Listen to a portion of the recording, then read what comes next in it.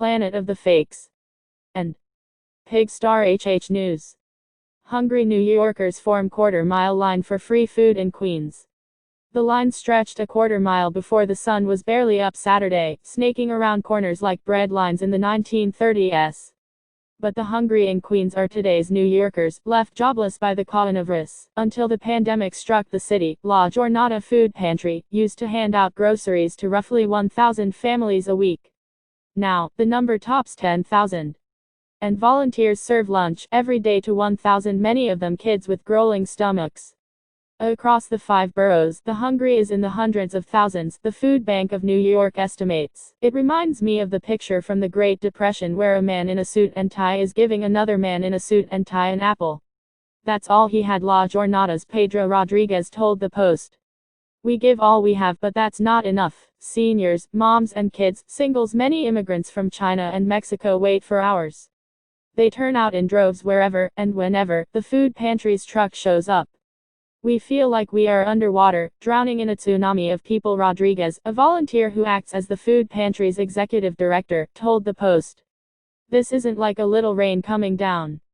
The numbers are unbelievable. In less than an hour Saturday, Rodriguez and his army of other volunteers, nearly 400 spread across Queens, checked off almost 250 names from the appointment list. A volunteer prepares food from the La Jornada Food Pantry, J.C. Rice.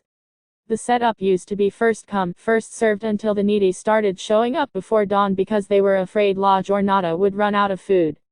Once, in late March, the line covered 28 blocks. Walter Barrera still arrived at 6 a.m. to pick up his family's groceries for the coming week: rice, potatoes, cans of soup, even fruit and vegetables. Barrera, 50, has stopped by the food pantry every Saturday since he lost his construction job 4 months ago. He can't find work, and neither can his 2 older sons, 19 and 17.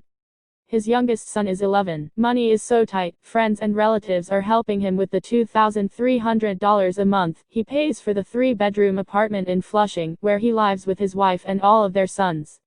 What do I tell my children when they look at me with hungry bellies, especially my 11-year-old son? Said Barrera, who came from South America 2 decades ago. It breaks my heart. I'm their father. I'm supposed to feed them. Julio Moncao.C. Rice. Julio Moncao has a wife and a 7-year-old daughter to support. The 40-year-old construction worker puts in 2 or 3 days a week now, but the pay isn't enough to cover the $1,500 in rent for his family's 2-bedroom apartment in Flushing or their grocery bill. I can't be proud. I have to come here. I have to feed my family, Moncao told the Post. It's tough. What am I going to do? On Sundays, La Jornada's truck sets up in Woodside. Wednesdays, Rodriguez makes 2 stops in the Corona neighborhood. Thursdays are set aside for the roughly 900 who live in the public housing development where the food pantry is based. Seniors and those with disabilities come on Fridays. And Saturdays are for anyone who needs a helping hand. As soon as Rodriguez wrapped up Saturday, he was on the hunt to restock the truck for Sunday. He gets groceries from wherever he can: the United Way, churches, supermarkets, the Food Bank of New York, the more fortunate. We were never prepared for this, he said, but we've grown into this. With J.C. Rice. Full link in the description. Like, follow, share, subscribe and comment, hit the bell. And if you have time, thank you very, very, very much. Go to www.am